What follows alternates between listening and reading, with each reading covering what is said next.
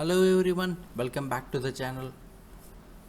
So in the previous video we did look about code of conduct, and in this video we'll be looking at the continuation of that unit, that is code of ethics.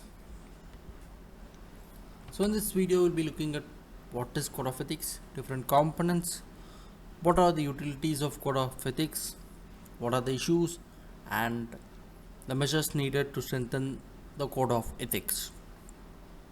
So let's start with the lecture. The code of ethics is meant primarily to provide guidance for all decision making and to build a shared ethical framework for all decisions, and also assist specialists in comprehending the procedures that must be performed. See, to make it in simple terms, it is a system of norms, that is rules, which is designed to encourage correct behavior among the members of a specific organization, association or profession. If you are belonging to that organization, association, you must follow that norms, rules, or what we can call it. That is code of ethics there. The code is built based on the acts that organizations decide to prevent from occurring rather than solely on past organizational and individual experiences. See, the code actually is usually developed, code of ethics is usually developed based on what the organization wants to become or wants to avoid. So that's how that code of ethics is followed. Now moving on to the components. Integrity. Code of ethics always includes integrity, or carrying on every decision based on moral principles and honesty rather than some random guessing and stuff like that. A good example like Rajni Shekri Sibal IAS from Haryana cadre, like she said a stern no when offered a bribe by the political powers who wanted her to change the results of 3,200 junior basic training teachers in 1999 2000. So that integrity must be done. Objectivity. An expert should not allow bias, conflict of interest, or unnecessary influence of others to supersede professional or business judgment. Like an officer must choose tenders and associates based on merit and not on any other criteria which may or may not benefit him or her. Next one is utilitarian. The decision making of an organization must benefit the maximum number of persons and must not be of narrow interest, like the odd even scheme for Delhi pollution, which caused inconvenience to the vehicle owners but benefited the people of Delhi at large. Next one is respect. One must always respect the people he or she associates with and do so at the level at which he expects to be respected. A very good example you can cite here is former Prime Minister of India Atal Bihari Vajpayee was respected by all leaders including opposition due to the fact that he himself respected the views of others including that of opposition leaders. Next one is responsibility. Taking responsibility for organizational actions and also being responsible for the greater good is part of code of ethics, like the norms on corporate social responsibility that helps corporations to be a part of social development. Periodic review and updates. See, an ethical code cannot be static. It should evolve with time. It should be examined and also modified on a regular basis so that it guarantees its relevance and also it maintains its effectiveness in dealing with growing ethical dilemmas and changes in social standards. For example, we can say here is in the, let's say we take 1990s, we no need rules for managing artificial intelligence at that point of time, no need code of ethics for AI at that point of time.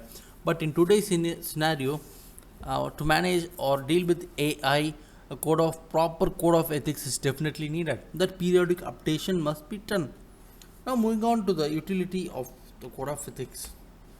Maintaining honesty and professionalism.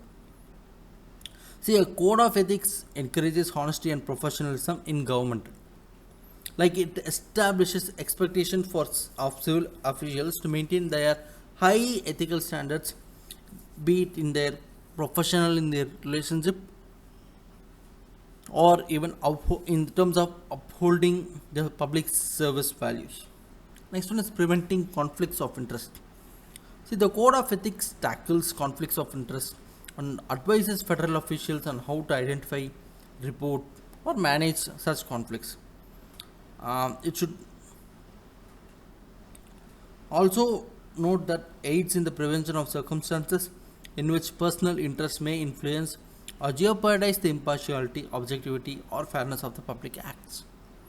Next one is promoting public interest. The code of ethics actually stresses the importance of public interest in civil service, which shows that importance to public servants must be important to public on society at large must be given. Maintaining legal and regulatory compliance.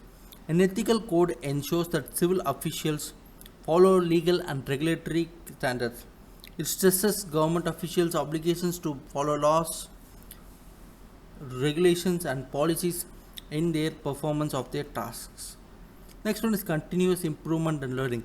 See, in the civil service, a code of ethics is always there, and that always serves as a foundation for continual learning, training, and development, wherein it encourages civil service officials to think about ethical concerns, participate in ethical discussions, and also get a better knowledge of their ethical responsibilities.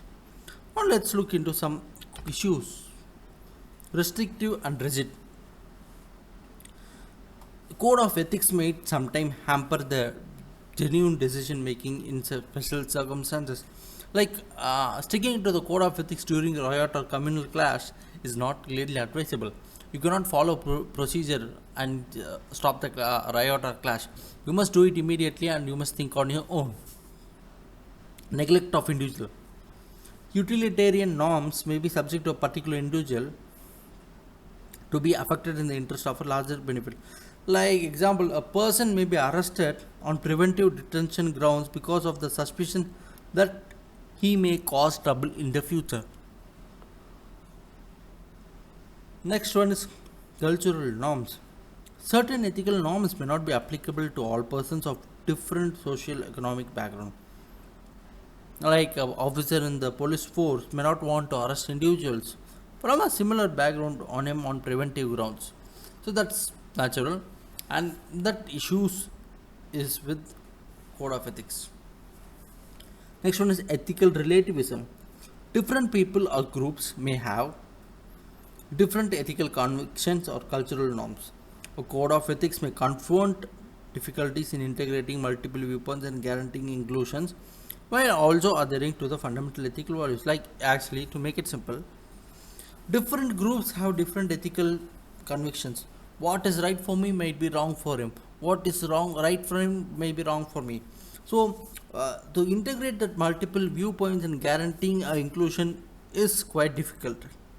So, that's why it is difficult to strike a balance between universal ethical norms and cultural sensitivity.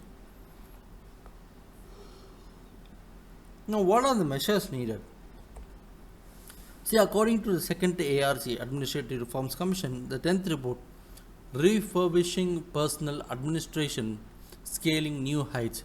See, the comprehensive civil service code can be conceptualized at three levels. Like, first level, a clear statement of the ideals of ethic and ethical standards that a civil worker should uphold should be put at the highest level.